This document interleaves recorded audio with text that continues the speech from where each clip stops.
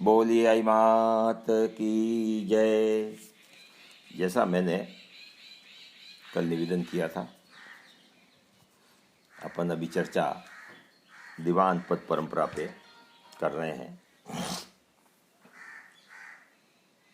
आज से 550 साल पहले जब आई माता जी ने इस परंपरा की स्थापना की थी और दीवान गोविंददास जी को अपना रूप बताते हुए अपनी ही गादी पर बैठाया, अपने मंत्र वचन सुनाए और सबसे यही कहा कि इन्हें मेरा रूप समझ और इनकी आज्ञा का पालन करना। एक अविवादित पद और इनका बड़ा लड़का गादी का मालिक होगा इनके पश्चात। और आज वही परंपरा 500-550 साल से चल रही है कि दीवान पद पर आसीन व्यक्ति को राज सत्ता के साथ साथ धर्म सत्ता का भी, और धर्म सत्ता और राज सत्ता ये बेसिकली दो बात पर चलती है कि आस्था और विश्वास।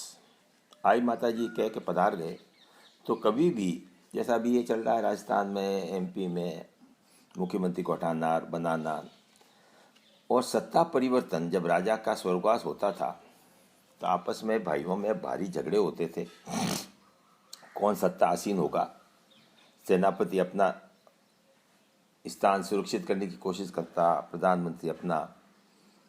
परंतु ये आई पंथ में आई माता जी ने ऐसा सिस्टम कर दिया, जैसा मैंने शायद पिछली बार बताया था भी, मेरे दादाजी प्रताप सिंह जी का स्वर्गवास 35 साल की उम्र में हो गया जब मेरे पिताजी 3 साल के थे। पर बिना किसी विवाद के उन 3 साल के व्यक्ति को गादी पर बैठा दिया और वो जब तक बालिग 18 साल के नहीं हुए तब तक सारी व्यवस्था ऐसी जमी हुई थी, पंच, कोटवाल, जमादारी, बाबा मंडली, जती, कामदार, कि उस व्यवस्था सुचारू रूप से चलती रही। कोई डिस्प्यूट नहीं हुआ, कोई प्रकार का विवाद नहीं हुआ और हरि सिंह जी गादी पर है। उसी तरह हरि सिंह जी ने अपना कार्यकाल में काम किया। 32 साल की उम्र में उनका स्वर्गवास हो गया, तो मैं 3 साल का था। कुछ थोड़ी थोड़ी यादें आती है किस प्रकार गादी पर राज सिंहासन पर बैठाया, सब सफ़ेद साफे बांधे हुए थे, परंतु कोई विवाद नहीं हुआ। तो ये अविवादी, जब विवाद होता है राज सिंहासन के लिए, जब सत्ता परिवर्तन के लिए संघर्ष होता है तो आपसी वैमनस्य पैदा होता है और कई तरह के झगड़े और कई तरह के ऐसे विवाद पैदा हो जाते हैं जो वर्षों नहीं पीढ़ियों तक कायम रहते हैं। आई माता जी ने जो एक दीवान पद की व्यवस्था बनाई, ऐसी बनाई कि आज मैं 19वां दीवान हूँ। सत्ता परिवर्तन एक, और दूसरा उनके कार्यकाल में ऐसा कोई विवाद नहीं बना जिससे उन्हें उनके कार्यकाल के बीच में से सत्ता से हटाना पड़े। आई माता जी जो अनुशासन का, नेक विचार, नेक चाल चलन का जो आदेश दीवान पद पर बैठने वाले को दिया, वो आज भी कोशिश करते हैं चले। सो मेरा कहने का मतलब एक अनडिस्प्यूटेड पद दीवान पद का बना दिया, और उस एक अनडिस्प्यूटेड पद होने के कारण सीरवी समाज में और आई पंथ में पूर्णतया अनुशासन, एकता कायम रही, जो आज सबसे बड़ी ताकत उसकी है। अनुशासन और एकता जिस देश में है, जिस आर्मी में, फौज में अनुशासन है, ऑर्डर दे दिया, आगे बढ़ गए। और एकता का तो सवाल ही नहीं है। मतलब पूर्णतया एक सिपाही भी तकलीफ में है तो पूरी फौज उसके लिए अपनी कुर्बानी देने को तैयार हो जाए। तो आई पंथ की भी एक तरह से फौज बनी जिसके दीवान साहब सेनापति और पीछे पूरा बाबा मंडली उनके सैनिक नहीं कहेंगे, उनके कमांडर, और पूरा समाज इनके सैनिक। और वही कारण है कि आज पाली जिला के बढ़िया से बढ़िया गांव, उनमें बढ़िया से बढ़िया बेरे पर आसीरी समाज का बीज है। मैं भी कुछ साल पहले जब रिसर्च करवा रहा था यहाँ, तो चिट्ठियाँ देखी, ओरिजिनल डायरेक्ट दरबार जोधपुर की, महाराणा उदयपुर की, होलकर इंदौर वाले होलकर स्टेट के मालिक की, ग्वालियर सिंधिया, अपने धार में पवार शाही, दीवान साहब को आदर से चिट्ठी लिखते हुए, नमस्कार करते हुए, और कि आप सब सीढ़ियों को संभाल के रखना, कोई तकलीफ हो तो हमको डायरेक्ट बताना। मतलब एक डायरेक्ट संवाद दीवान साहब का सबसे उच्च स्थान पर बैठे हुए उस सत्ताधीश के साथ था। कोई बीच में कामदार, दफेदार, फौजदार कोई नहीं आते थे। तो जो समस्या आती, तकलीफ होती, तो डायरेक्ट बात दीवान साहब का सैनिक या दीवान साहब का संदेहवाचक जाके वहाँ बात करता और उस समस्या का समाधान कर लिया जाता। और अगर नहीं होता तो जो अहिंसात्मक आंदोलन महात्मा गांधी ने शुरू किया था, वो अपने यहाँ भाई लोगों ने दीवान साहब के मार्गदर्शन में समझो, आई माते माध्यम समझो, वो आज से 500 साल से जिसको छुड़ाना कहते थे। गांव में कहीं विवाद है ठाकुर साहब से, क्या नहीं समझे समझाया तो फिर यहाँ से आदेश जाता कि फलानी तारीख को रात को पूरा गांव खाली कर देंगे, अन्य गांव से बात करके रखते हैं। क्योंकि सीरवी समाज में सबसे बड़ा गुण है ईमानदारी, मेहनती, सहनशीलता। हर आदमी चाहता था कि मेरे यहाँ सीरवी समाज बसे ताकि बढ़िया खेती करे, खेती से ही इनकम होती थी। सारी व्यवस्था, सारी वाणिज्य, सारा इकोनॉमी खेती के मार्ग पर चलती थी। तो हर राजा चाहता था, हर ठाकुर चाहता था कि मेरे यहाँ सीरवी समाज बसे ताकि मेरे यहाँ बढ़िया से बढ़िया खेती हो, बढ़िया से ज़्यादा धान आए और मेरा ठिकाना, मेरा ठाकर आगे से आगे बढ़े। मुझे बीच में याद आती, मेरे पिताजी मेयो कॉलेज में थे, वो अपनी डायरी लिखा करते थे।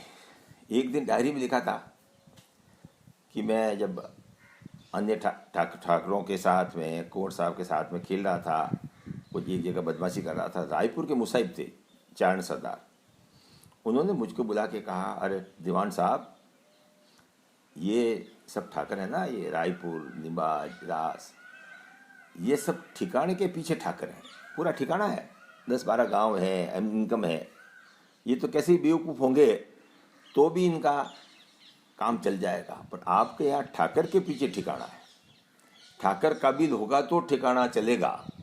तो आपको तो पूरा संजीदगी से सब कुछ सीखना है, संजीदगी से रहना है, संजीदगी से सब काम करना है ताकि आप उस ठिकाने को प्रोग्रेस कर सको। वही बात रही है। मेरे पिताजी ने भी इंग्लैंड से डिप्लोमा किया, मैंने भी बिट्स पिलानी से इंजीनियरिंग की, जापान भी साल भर सीखने गए, एमएलए रहे, मंत्री। मतलब एक काबिलियत किस तरह से इस समाज के अंदर खाली धार्मिक ही नहीं, राजनीतिक परिवेश में, सामाजिक परिवेश में दीवान पद पर बैठा हुआ व्यक्ति काबिल हो, उनको जानकारी हो ताकि वो समाज को सही, हम अन्य लोगों की सलाह से सही दिशा निर्देश दे सकें। हाँ, तो कहने का मतलब ये था कि डायरेक्ट लेटर आते थे और डायरेक्ट उनका समाधान होता था। और जब गांव का छुड़ाना करते तो आधी रात को निकल जाते, एक गधा पत्थर का गढ़ के वहाँ लगा देते, गधो रोप दियो सा, वहाँ फिर कोई सीरवी बंदा आई पंथ के, और आई पंथ सीरवी भी नहीं जाते, जितने डोराबंद अन्य समाज के जितने होते वो सब साथ साथ उस गाँव को त्याग देते। और गांव का पूरा किसान जब उड़ जाता तो सारे खेत बेरे खाली हो जाते और ठाकर दिवालिया होने की स्थिति में आ जाता। तब गरज करते, साहब मेरे यहाँ बसाओ, मेरे यहाँ बसाओ, मेरे यहाँ बसाओ, या फिर दूसरी जातियों को बसाते। परंतु सीरवी समाज की ताकत, दीवान पद की ताकत, और जैसा मैंने कल भी कहा था, ये सब ताकत थी एकता के पीछे। एक बार गांव का छुड़ाना कर दिया तो फिर कोई माई का लाल सीरवी समाज का वहाँ नहीं बसेगा जब तक कि उस गधे का मौसर नहीं हो। और ये जो आज बडेर की जागीर बनी वो उसी तहत बनी है कि जब नई जगह बसाते तो उनको कहते, भाई माता जी के लिए क्या भेंट कर रहे हो, कि आप 50 बीघा का खेत देंगे कि 50 बीघा का बेरा देंगे। वो गांव मध्य प्रदेश से लेकर राजस्थान में करीब 150-200 गाँवों में ये ज़मीनें आज भी उपलब्ध हैं। तो ये कहने का मतलब ये कि ये जो यहाँ की जो व्यवस्था थी वो एक आदमी के नियंत्रण में। पर मैं तो 3 साल का था जब गादी पर बैठ गया, पर वो जति महाराज, बाबा मंडली, पंच ऐसा एक वो नीचे प्रजातांत्रिक ढांचा बना रखा था जो उस सिस्टम को फेल नहीं होने दिया और उसको चलाता रहा। रोहिता जी के बारे में कथा आती है, किसी ने शायद दरबार को शिकायत कर दी, साहब रोहिता जी पर्चे दे रहे हैं और 5 ताकड़ी सोना लेके आए हैं। दरबार ने बुला लिया और वहाँ जाके जेल में डाल दिया। यहाँ पीछे सीरवी समाज, जो बडेर चौक आपने कभी पधारे हो देखा हो, सामने आज जो पटवार घर है वहाँ हुकूमत थी, हाकम बैठता था। उसके सामने प्रदर्शन करने के लिए 150 आदमियों ने आत्म बलिदान किया। मैं उसको आत्महत्या नहीं कहूँगा। किताब हमारे दीवान साहब को वहाँ दरबार ने बुला कैसे लिया और आखिर हाकिम को भागना पड़ा और जाके दरबार को माफ़ी मांगनी पड़ी।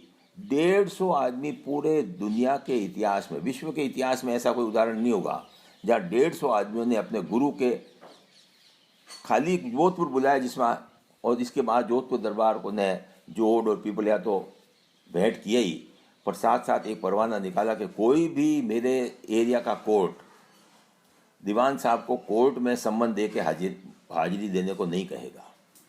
और यही बात लागू हुई एमपी में भी। होलकर, सिंधिया, महाराणा उदयपुर, सब ने ये कह दिया दीवान साहब को कोई भी सम्मन दे के और वारंट दे के नहीं बुलाएगा। दीवान लक्ष्मण सिंह के बारे में आता है, उनके सरदारपुरा के ठाकुर साहब मित्र थे, कंटालिया उनको गोद जाते थे, तो उन्होंने कंटालिया ठाकुर साहब सरदारपुरा का लेना चाहते थे और हक कहीं दूधोड़ का है दूसरों का था, तो इन्होंने दीवान साहब ने साख भर दी और डेथ हो गई और ये सरदारपुरा काबिज हो गया, कंटालिया पे केस हुआ। वो तत्कालीन दरबार को जब देखा तो उनका अरे दीवान साहब ने गलत साख कैसे भर दी, तो उन्होंने दीवान साहब को सम्मन दे के नहीं बुलाया। उन्होंने समाचार भिजवाए कि साहब सुना है कि आपको घोड़ों की अच्छी जानकारी है, तो आपको मैं घोड़ों के बारे में कुछ सलाह लेना चाहता हूँ। नीचे वो जहाँ घुड़साल होती वहाँ दीवान साहब पधारे, दरबार नीचे उतरे और घोड़े दिखाते दिखाते कहा कि ये आपने उल्टी साख कैसे भर दी। दीवान साहब ने कहा साहब मेरे मित्र थे, उनकी इच्छा थी कि कोई बात नहीं, अब आपने भर दी तब आपकी बात रखेंगे, पर सम्मन दे के नहीं बुलाया। मतलब उस पद को सबने मिल के और उस पद को इतना अविवादित रखा, इतना रेस्पेक्टेबल फुल इज्जतदार रखा कि उसके प्रति कोई दुर्भावना तो दूर रही, आशंका भी पैदा नहीं हो सके। और दीवान साहब को भी कहा कोई कहीं अंधविश्वास मत फैलाना, कहीं भी कोई चमत्कार वगैरह ये करने का कोई टोने टोट के अपने आई पंथ में कोई है ही नहीं। कहने का मतलब ये कि एक ऐसा पद, इसी कारण जब एक छोटा सा समाचार कराया कि दरबार को गेहूं की जरूरत है, तो घर घर से गेहूं की गाड़ियां भर भर के आ गई और कहते हैं यहाँ से बिलाड़ा से जोधपुर तक लाइन लग गई। मतलब ये जो एकता और आदेश, गुरु की आज्ञा पालो, दीवान साहब का आदेश आ गया मतलब वो तो करना ही है। तो इस तरह से ये दीवान पद को अविवादित, अनडिस्प्यूटेड करके कई बार कोशिश हुई है इसको कमजोर करने की, पर माता जी का साथ रहा कि आज तक कहीं कोई समस्या आई नहीं। निवेदन ये है, ये पद जो कायम किया, इसके पीछे जो उद्देश्य था, इसके पीछे जो भावना थी, वो अति उत्तम थी। और आज यही कारण है कि आज इस बदली परिस्थिति में इस पद पे कोई विवाद नहीं होने के कारण कुछ लोग कोशिश करते हैं, पर थोड़े दिन चल चला के वो समाप्त हो जाती है। परंतु एकता कायम करने के लिए ये धुरी का जो केंद्र है दीवान पद, इसको हम तो खुद ही बूढ़े हो गए, परंतु आप सबसे यही निवेदन है, एकता रहेगी, आस्था विश्वास रहेगा तो समाज का विकास तत्पर जारी रहेगा। बोलिए आई मात की जय। दीवान रोहितास जी महाराज की जय।